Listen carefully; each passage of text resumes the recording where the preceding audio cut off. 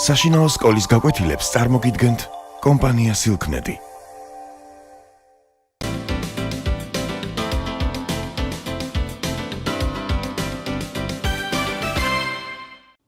მოგესალმებით. დღევანდელი ჩვენი გაკვეთილის თემაა წყალი.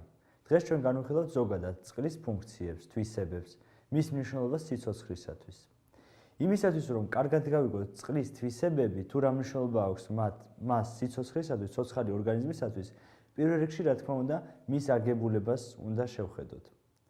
სურათზე თქვენ ხედავთ წყლის მოლეკულას.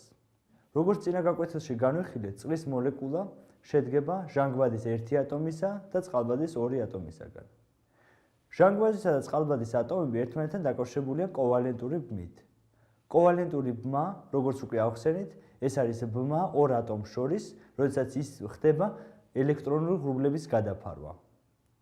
მაგრამ საინტერესო ფაქტორია, რომ კოვალენტური ბმა, რომელიც წარმოიქმნება წყლის მოლეკულის შიგნით, ანუ ჟანგბადისა და წყალბადის ატომებს შორის, არის ცოტათი განსხვავებული. თუ რატომ, ეხლა აი ამას ვეცდებით რომ ავხსნათ. მოდით გრაფიკულად გამოვსახოთ წყლის მოლეკულა. ეს არის ჟანგბადის უარყოფითად დამუხტული ატომი და მასთან კოვალენტური ბმით, ორი კოვალენტური ბმით დაკავშირებული წყალბადის დადებითად დამუხტული ატომები. როგორც ვიცით, მოლეკულაში ატომთა მუხტის გამო, ანუ განსხვავებული მუხტის გამო, ხდება ნეიტრალიზაცია, ანუ მუხტის ნეიტრალიზაცია. შესაბამისად, წყლის მოლეკულას არ უნდა ქონდეს მუხტი.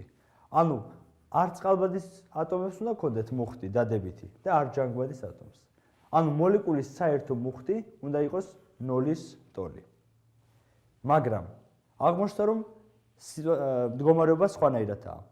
იმის გამო, რომ ჟანგბადის ატომს თავის ბირთვში გააჩნია ჭარბი რაოდენობის პროტონები, მას უნარი აქვს წყალბადის მცირე ატომის ელექტრონი მიიქაჭოს, გადაიწიოს უფრო თავისკენ. ანუ წარმოქმნილი ელექტრონული ღრუბელი, რომელიც გრაფიკულად შეგვიძლია ეს მსგავსად გამოვსახოთ, გადახრილია უფრო ჟანგბადის მხარეს. ეხლა მეორე შემთხვევა, მეორე წყალბადის ატომის შემთხვევაში. ამ შემთხვევაშიც წარმოიქმნება ელექტრონული ღრუბელი, რომელიც იხრება ჟანგბადის ატომის მხარეს. ამის გამო თქვენ წყლის მოლეკულის ერთ პოლუსზე, ანუ ერთ მხარეს, ჟანგბადის მხარეს, იღებთ ნაწილობრივ უარყოფით მუხტს, ხოლო მეორე პოლუსზე, სადაც ორი წყალბადის ატომია განლაგებული, ნაწილობრივ დადებით მუხტს. ზუსტად აი ამის გამო წყლის მოლეკულა თვითონ უნიკალურია, რადგან ის წარმოადგენს ბიპოლს, ანუ გამოსახავენ მას როგორც დადებითი და უარყოფითი პოლუსების მქონე მოლეკულას. შესაბამისად, ფიზიკის ელემენტარული კურსიდან გახსოვთ, რომ დადებითი და უარყოფითი მუხტები ერთმანეთს იზიდავენ. ანუ მეორე წყლის მოლეკულა დაუკავშირდება პირველ წყლის მოლეკულას მუხტის შესაბამისად, ანუ დადებითი დაუკავშირდება უარყოფითს და ასე შემდეგ. მოდით შევხედოთ გრაფიკულ გამოსახულებას. გვაქვს ორი წყალბადის ატომი, რომელსაც ნაწილობრივ დადებითი მუხტი აქვს შენარჩუნებული და ჟანგბადის ატომი, რომელსაც ორი უარყოფითი მუხტი აქვს შენარჩუნებული. ნაწილობრივ უარყოფითი მუხტი. ანუ თითოეულ წყლის მოლეკულას შეუძლია დაუკავშირდეს კიდევ სხვა 4 წყლის მოლეკულას. როგორ ხდება ეს? უარყოფითად დამუხტული ჟანგბადი, წყალბადები. ამ მხარესაც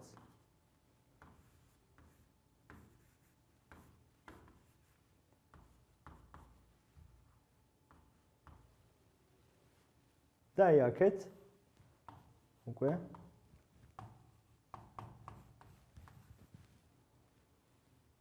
და მეორე.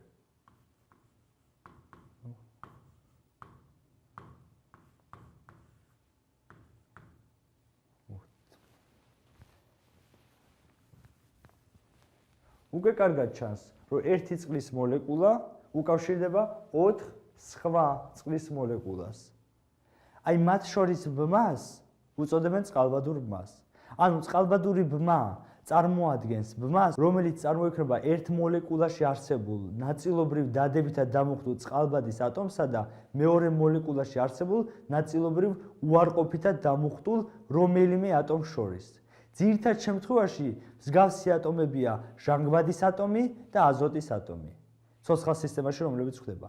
რადგანაც ისინი წარმოადგენენ მეტად ელექტროუარყოფით ატომებს, მათ უნარი აქვთ, რომ თავის უარყოფითი მუხტი შეინარჩუნონ იმ მეთოდით ზუსტად როგორც ხდება წყლის მოლეკულაში. ხდება ელექტრონული ღრუბლების გადაკაჩვა, ანუ მუხტის გადაწევა უფრო ელექტროუარყოფითი ატომისაკენ.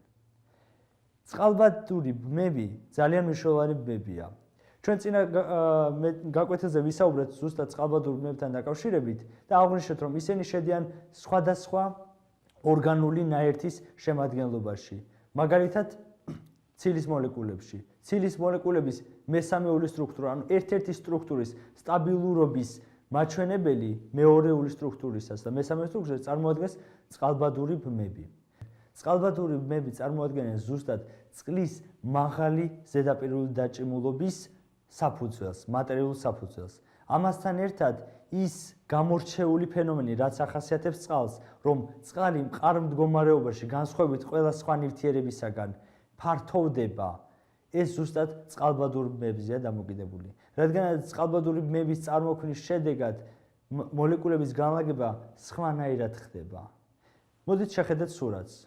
სურათზე თქვენ ხედავთ, როგორც ყინულს, ანუ მყარ მდგომარეობაში მყოფ წყალს, ასევე თხევად მდგომარეობაში მყოფ წყალს. რა არის სიმკვრივე? სიმკვრივე ეს წარმოადგენს სიდიდეს, თუ რამდენი მოლეკულა თავსდება ერთ მოცემულ მონაკვეთში.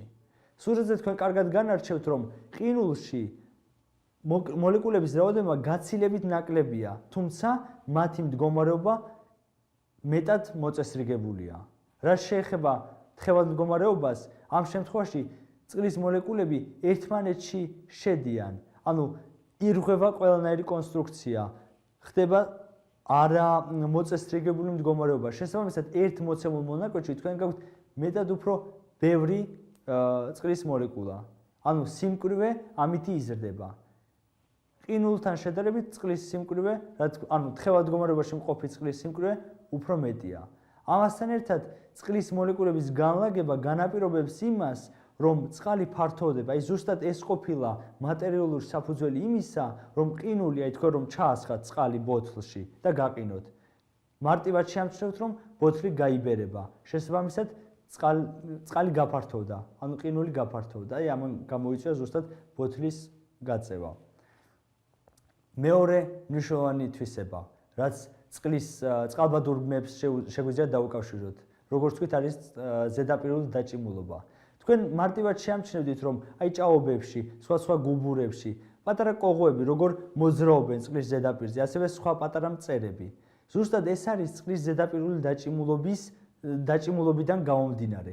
რადგანაც ისინი იმდენად მცირედ ეხებიან წყლის ზედაპირს, ამასთან ერთად წყალბადური ბმები იმდენად ამტკიცებენ წყლის ზედაპირს, რომ ხდება მათ შორის გარკვეული პატარა კავშირების წარმოქმნა, შესაბამისად მათ შეუძლიათ წყალზე გაჩერება. რა თქმა უნდა, მასის ზრდასთან ერთად ეს თვისება ცოცხალი ორგანიზმებისა თანდათან მცირდება.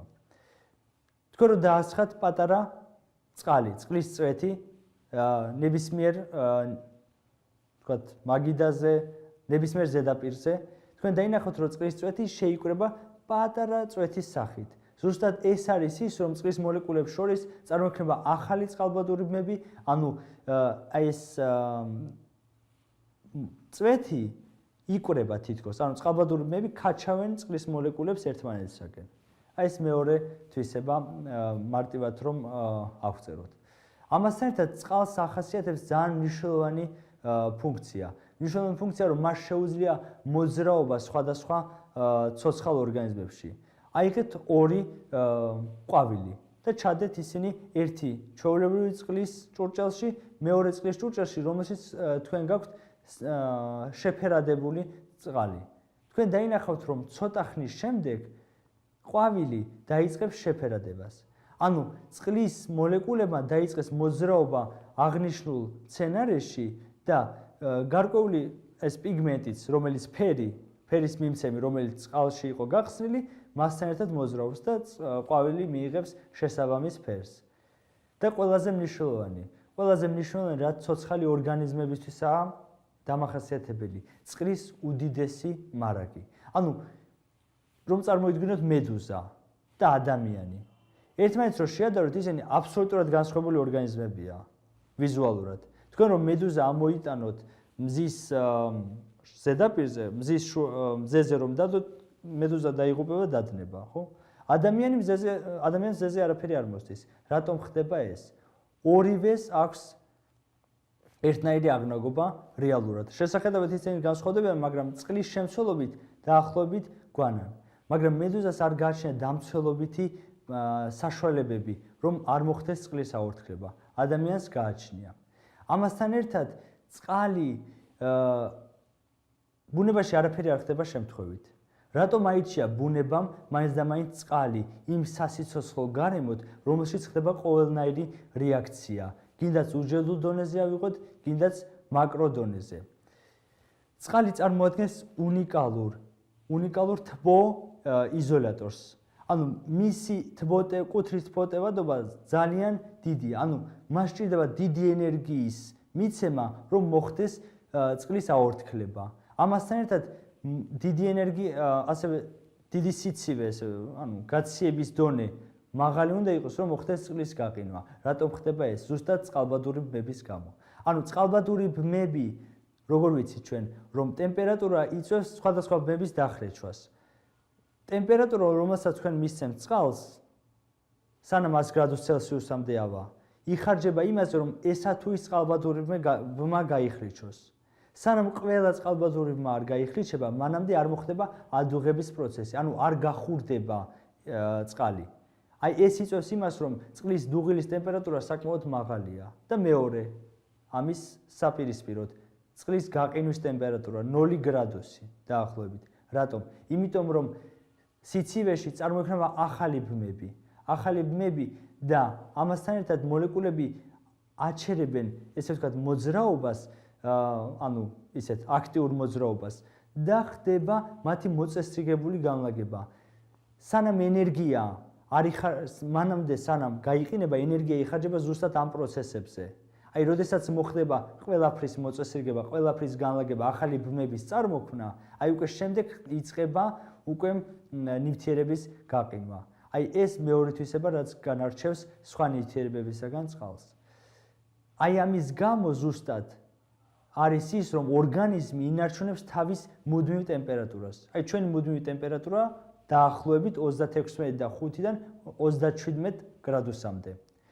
ეს ზუსტად წყლის გამო არის, იმიტომ რომ წყალი არის ცუდი თბოგამტარი, ანუ მისი თბოტევადობის ცვლილება საკმაოდ რთულია. აი ზუსტად ეს არის განმაპირობებელი იმისა, რომ ჩვენ ვინარჩუნებთ ასე თუ ისე მუდმივ ტემპერატურას. წყალზე მრავალი რაღაცის თქმა შეიძლება, მრავალი ლეგენდა არსებობს, მრავალი ისტორია, მრავალი ფაქტი, მაგრამ ყველა მეცნიერი ხვდება ერთით, რომ წყლის გარეშე სიცოცხლე არ არსებობს, იმიტომ რომ წყალი წარმოადგენს იმ არეს, სადაც ხდება ყოველნაირი რეაქცია და ერთიც დავამატოთ, გამხსნელის თვისება. ზოგი ამბობს, რომ წყალი არის უნიკალური გამხსნელი, უნივერსალური გამხსნელი. მაგრამ ეს ესე არ არის. უნივერსალური გამხსნელი, რა თქმა უნდა, ნიშნავს, რომ ყველაფერი უნდა იხსნებოდეს მასში. მაგრამ წყალში არ იხსნება ყველაფერი. ვიცით ჩვენ ცხიმები, სხვადასხვა ორგანული ნივთიერებები, რომლებიც წყალში არ იხსნება. ანუ ჩვენ შეგვიძლია ვთქვათ მხოლოდ ის, რომ წყალი არის ერთ-ერთი უნიკალური გამხსნელი, რომელიც ზუსტად თავისი ბიპოლარობის გამო, ანუ ორი პოლუსის გამო, იძლევა საშუალების იმისა, რომ მასში გაიხსნას სხვადასხვა იონური ნაერთები, სხვადასხვა ცილები. აი ზუსტად ეს მუხტები განაპირობებენ ამას. დღეისათვის სულ ეს იყო. ვეცადეთ ცოტა მეტი გაგვეგო წყლის შესახებ და იმედია რაღაც ინფორმაცია მოგაწოდეთ ზედმეტად. დიდი მადლობა ყურადღებისათვის.